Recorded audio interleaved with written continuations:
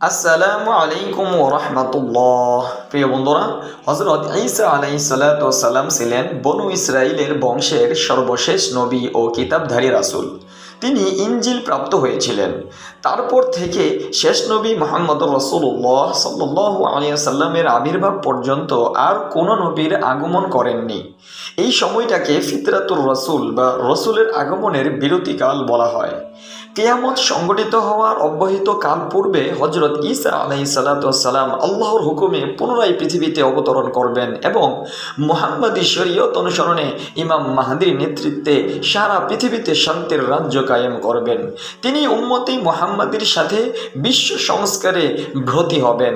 তাই তার সম্পর্কে সঠিক ও বিস্তারিত ধারণা দেওয়ার অত্যন্ত জরুরি ও বিবেচনা করে আল্লাহ পাক শেষ নবী মুহাম্মদ সাল্লাল্লাহু আলাইহি সাল্লামের মাধ্যমে বিশ্ববাসীকে জানিয়ে দিয়েছে। উল্লেখ্য যে মুসা আলাইহিস সালাতু ওয়াস সালামের অনুসারী হওয়ার দাবিদার ইহুদিরা তাকে নবী বলেই স্বীকার করেননি। অত্যন্ত লজ্জাজনকভাবে তাকে জনৈক ইউসুফ মিস্ত্রির জারজ সন্তান বলে আখ্যায়িত করেছেন। নাউযু বিল্লাহি মিন যালিক। অন্যদিকে ঈসা আলাইহিস সালাতু ওয়াস সালামের ভক্ত ও অনুসারী হবার দাবিদার খ্রিস্টানরা বাড়াবাড়ি করে তাকে আল্লাহর পুত্র বানিয়ে দিয়েছেন এবং তৃত্ববাদী খ্রিস্টানরা তাকে সরাসরি আল্লাহ সাব্যস্ত করেছেন এবং বলেছেন যে তিনি হলেন তিন আল্লাহর একজন।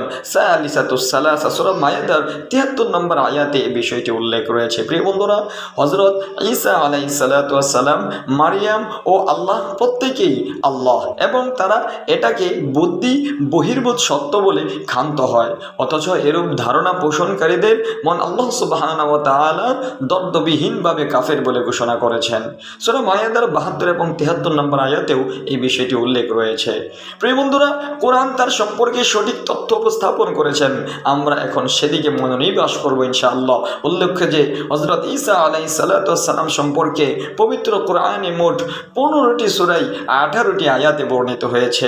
ইনশাআল্লাহ অবশ্যই আমাদের সাথে থাকবেন, পাশে থাকবেন। পরবর্তী পর্বে আমরা এই 15টি সূরায় 38টি আয়াতের বিষয় নিয়ে আলোচনা করব ইনশাআল্লাহ। এ পর্যন্ত সকলে ভালো থাকবেন, সুস্থ থাকবেন। আসসালামু আলাইকুম ওয়া রাহমাতুল্লাহি ওয়া বারাকাতুহু।